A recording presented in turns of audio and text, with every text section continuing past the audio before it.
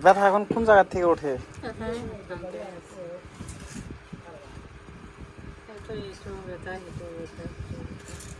মানে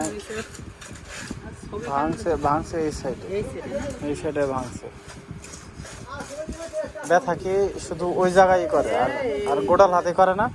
হাত নাড়াইতে পারেন, এরকম করতে পারেন। এটা নাড়ান যাবে না, শুধু এইটুকু নাড়া লাগবে। কবজিটা নাড়ান তো দেখি। নাড়ান নাড়ান নাড়ান, এরকম করে নাড়ান, এরকম করে নাড়ান। হ্যাঁ, কবজি নাড়ান, ভাই নাড়াই দাও, নাড়াই দাও। কেন? আমি তো প্রথম দিনই বলে দিছি হাত নাড়াচাড়া করার লাইগা। এখন আপনি যদি না করেন সেটার ভয় তো আপনার, ব্যর্থতা তো আপনার। কবিরাজের থেকে তার বেশি বোঝা যাবে না। আমরা তো আপনার ভালো চাবো, খারাপ তো আর চাবো না। এরকম করছিলেন বাড়িতে? তেল মালিশ খালি করতে বলছিলাম ভাই, ওই রকম করলে কম হইতো। তাই যে আজকে 6 দিন আমার চিকিৎসা কম হয়েছে না বেশি হয়েছে?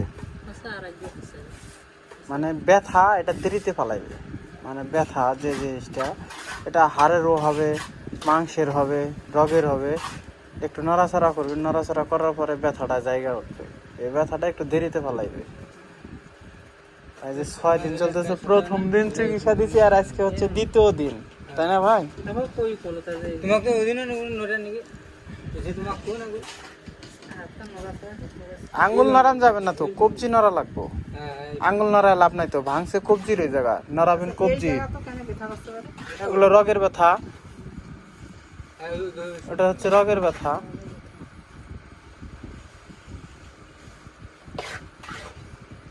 আপনার এই বিশেষ করে কবজিটা নাড়ালে তাহলে এতটা ব্যথা থাকতো না, ব্যথা আরো কম হয়ে যেত। সমস্যা নাই, ইনশাল্লাহ আরো কম হয়। প্রথম দিনের মতোই লাগতেছে? প্রথম দিনের চেয়ে কম হবে তো না? আর একটা ডেট দিব, সেদিন আসবেন, দেখার পরে বোঝার পরে যদি ওষুধ দেওয়া লাগে ওষুধ দিব, না দেওয়া লাগলে দিব না।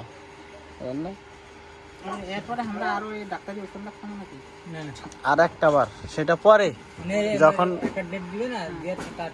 যখন খাওয়া লাগবে তখন নিজের থেকে বলে দেবো যে এখন যা খুশি তাই খাইন।